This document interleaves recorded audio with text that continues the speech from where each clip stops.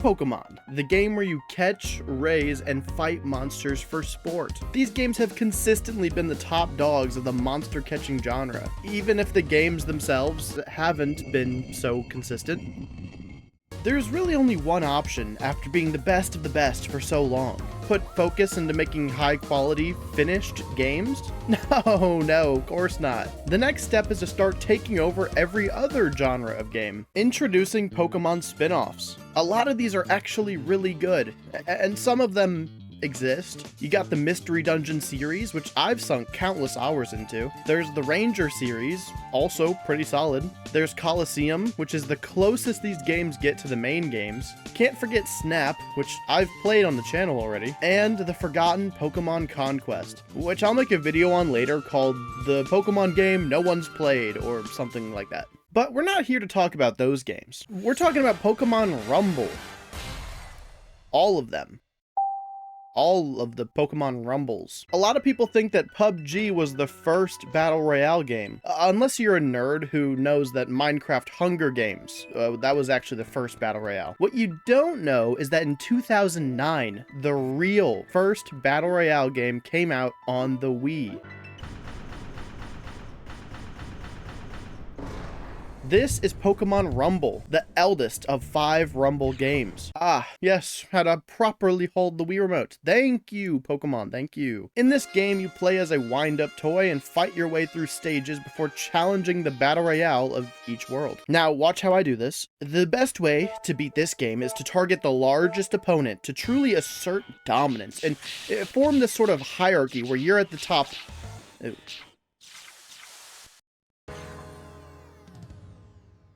This game teaches you an important lesson immediately. Don't get attached. The cool twist in these games is that your Pokemon can't grow or get stronger. Throughout the levels, sometimes the toy Pokemon you defeat will fall to the ground and become pick-upable. Pick-upable. That's, I don't know if that's a real word. This is how you beat the game, by replacing your Rattata with stronger and stronger toys. The only way to learn new moves is to gamble, and the only way to evolve your toys is to sell at least 5 of them. This bothered me as a kid because I'd rather use my underpowered favorite Pokemon over a stronger hippo any day of the week. But getting a boss Pokemon to drop, now that is pure dopamine. Especially if it's a legendary. No idea what the odds of bosses dropping are, but I swear sometimes it feels like it's less than 1%. Also, if your Pokemon only has one move, pressing the 1 button will make Rattata just look at you like you're an idiot. Eventually you fight Mewtwo, and if you can beat him, your toy gets put on a pedestal and you win. But that's only the halfway point. Now you unlock 4th generation Pokemon. And you do it all again. I should probably mention this game was also one of the first to do Dexit, as it only has generations 1 and 4 Pokemon for whatever reason. I don't know why, all I know is that Mudkip was robbed. Beating this newly unlocked portion of the game then allows you to go to the EX rank. Everything here is very cryptic, saying things like, you will see many Pokemon, or best record 1-2, and it all just sounds very threatening. Before we move on, I also want to point out that you can shiny hunt in this game. I've only ever found 2 shinies while recording, once on accident when I was making a video like 5 years ago. Yo, is that a shiny Meowth? Dude, I just got a shiny Meowth just randomly. Look at this. Is that shiny? I believe it. And once on purpose when I was shiny hunting for Charizard on stream 3 years ago. Ah, that's a shiny! Let's freaking go! There he is!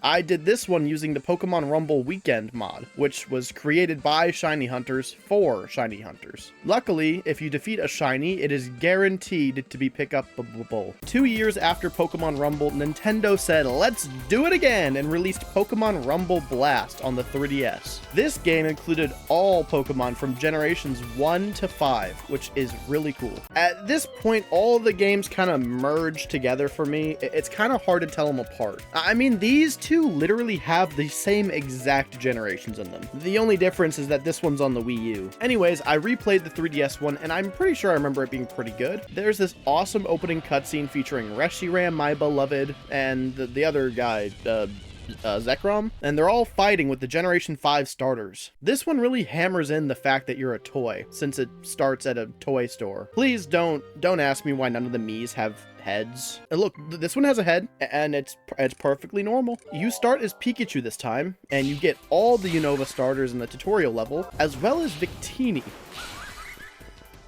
They also kept in pressing the B button to make your guy look at the screen. That's very important to me. Like last game, you can't let yourself get attached, so that means you have to immediately throw away a mythical Pokemon and use a flying squirrel instead. This game features a cool hub thing as well, a big change from the last game. The only downside is that you aren't healed automatically anymore, so you have to visit this town fountain every time you want to heal. Also, the other Pokemon toys talk now, and they say stuff to you. The new stage select is like a little adventure, and you can make your way to the Battle Royale.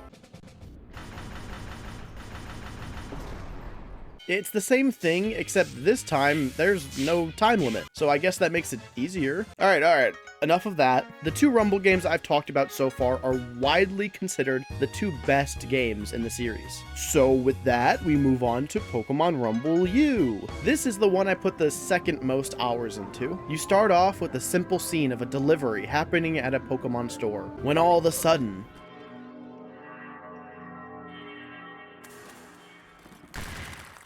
yeah, that guy's dead now. And the Pokeballs, they're floating down the river. Now immediately, you can see a couple improvements. One is that your Pokemon are all laid out here, which makes visualizing how many mons you have that much better. And two, I forgot what two was. Now for the downsides. You lose that hub we got in the second game, and it's replaced by a level select that looks like this. When you select your Pokemon, you're stuck with that one for the whole level. No more switching out when your health is low. Also, you are forced to play with 4 players at all times. So if you're playing solo, then your teammates will be computers. A slight upside is that when you're defeated, a teammate just has to stand near you to revive you. The only problem is that CPUs are dumb, as proven by this graph right here. I haven't even mentioned what I consider to be the worst part of it all. The level is an octagon, and that's it. You literally only play in this one little zone the entirety of each level. Every level is almost identical to each other, but sometimes they have a different color palette, and sometimes there's trees, which is thrilling. The removal of the adventure really weakened this game for me, and dare I say everyone who enjoys Rumble. I mean, it had a lot going for it. This is the nicest looking game in the series by far. I mean, look at the shine on that Haxorus. Look at Wailmer's face. Look at the fog on this level. It's actually pretty stunning. Actually, I changed my mind. The best part is the fact that you can just like mash the Wii gamepad and it makes explosion. It makes the screen explode. This game also gives you a mythical Pokemon at the start, but like all the rest of the games, you don't really use Keldeo past the first level. Come on, my sheep babies. Let's go kill God. Luckily, they kept in the Pokemon looking at you like you're an idiot when you press the B button. I find it really funny when Wailord looks at you. And they let you play as Salamence, my beloved. So, maybe I've changed my mind, and this might actually be the greatest game in the entire series. Maybe even of all time. The final game in this series is called Pokemon Rumble World, and my mission today is to find out why people don't hold this one with higher regard. The king doesn't have a face, but I'm a little more worried about this headless guy in the corner over here. This one takes us back to the level layouts like the first two games, and introduces some breakables that have mostly coins or potions in them. This game also kept in the best part about Pokemon Rumble. So as far as I'm concerned, this is a good game. The hub in this one is nice. There's a shop, and there's the level select. Not much can really go wrong there. But then all of a sudden something happens. And the worst part about the game reveals itself. Microtransactions. You want new levels? That costs money. You want to hold more than 30 total Pokemon? That also costs money. You want to revive after just losing 1 total life? Yep. That'll be money. You want to re-enter the level because you didn't want to spend money? Yeah, that actually doesn't cost money. but you gotta wait 28 minutes before you can go back in. I don't think the bosses even drop in this game. I haven't gotten a single one. Oh, there we go. Zigzagoon, zigzagoon, zigzagoon, zigzagoon, zigzagoon, zigzagoon, zigzagoon, zigzagoon.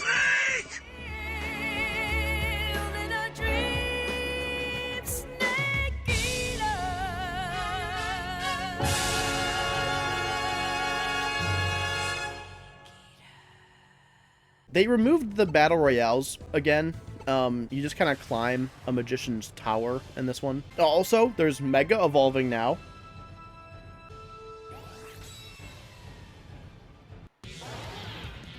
But, unfortunately, Loudred does not care. Honestly, it's not as bad as it sounds. The game was released as free to play, and it maxes out how much you can spend. After spending $30 total, you're not allowed to spend anymore, and you can pretty much play it like a normal game. It's basically just buying the game at that point. The microtransactions and the pointless wait times almost makes this feel as though Nintendo is trying to make a mobile game version of Pokemon Rumble. I hope that I can count on your sensitivity, maturity, and discretion.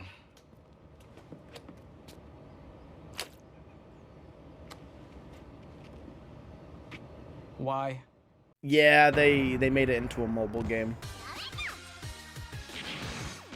Which I feel like in theory works pretty well, but no, in actual practice, the game died within a year of release. It came out in 2019, and it featured every Pokemon from generations 1 to 7, and lasted until sometime in the cursed year. I did actually play it back then, but I remember I stopped playing pretty quickly. It's completely unplayable now, and I didn't want to steal footage from random channels, so I'll just use the official trailer. It had some nice quality of life stuff like colorful graphics, the ability to customize your Pokemon, being able to explore the stages again, and a camera that actually follows behind you and rotates around you. I do remember they made some questionable decisions, like putting some sort of waiting or stamina system to slow you down, and they also added time limits just for the added stress. They also decided to include the CP thing from Pokemon Go for whatever reason, but yeah, I don't really remember a lot about the game, so I won't say whether or not it was good or bad. I'll just let its year-long lifespan do the talking. Okay, so Pokemon Rumble has had its ups and downs, but I know